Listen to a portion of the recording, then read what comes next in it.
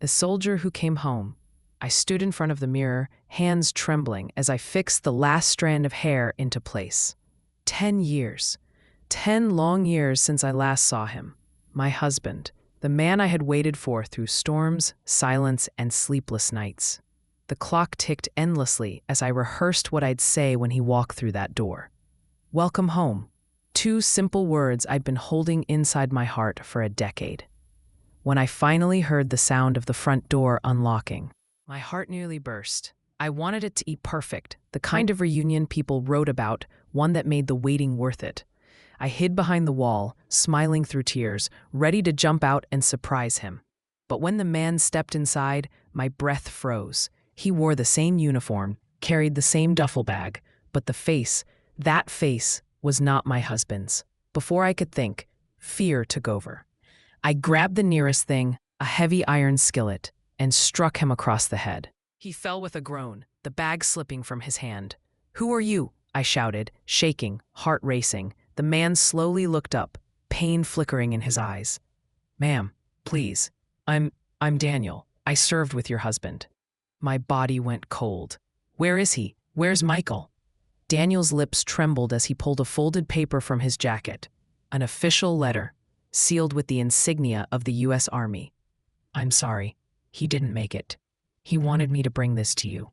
I took the letter, but my hands shook so badly I could hardly open it. And then I saw it, a photo of Michael with a black ribbon taped to the corner. My knees buckled, the world blurred, the years of waiting, the hope that had kept me alive, shattered in a single breath. I don't remember falling. I just remember Daniel's arms catching me before I hit the ground. He told me to take care of you, he whispered, voice breaking, said you were his world. That night, I couldn't sleep. I sat by the window clutching my husband's picture. Grief twisted inside me until it became unbearable. Daniel stayed outside in his truck, refusing to leave. I hated him for being there, for being alive when Michael wasn't. But when I heard the crash of breaking glass, I realized he hadn't left at all. He jumped through the kitchen window, shouting my name. I'd fainted, my body giving up under the weight of heartbreak.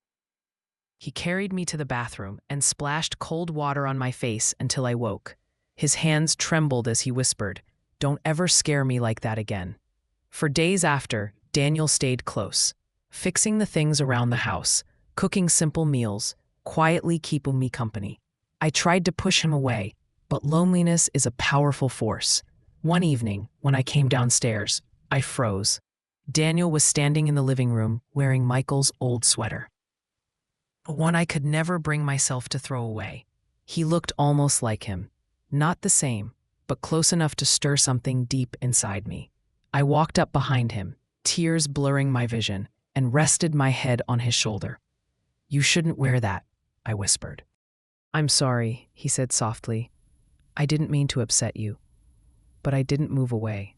Instead, I let myself remember the warmth of being held, the sound of someone breathing beside me. When Daniel turned, his eyes met mine.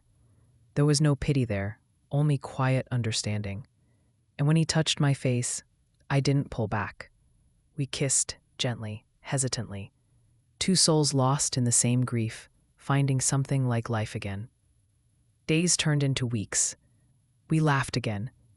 He made me breakfast, fixed the squeaky porch door, brought me flowers every Sunday because he said, "Michael told me you love daisies."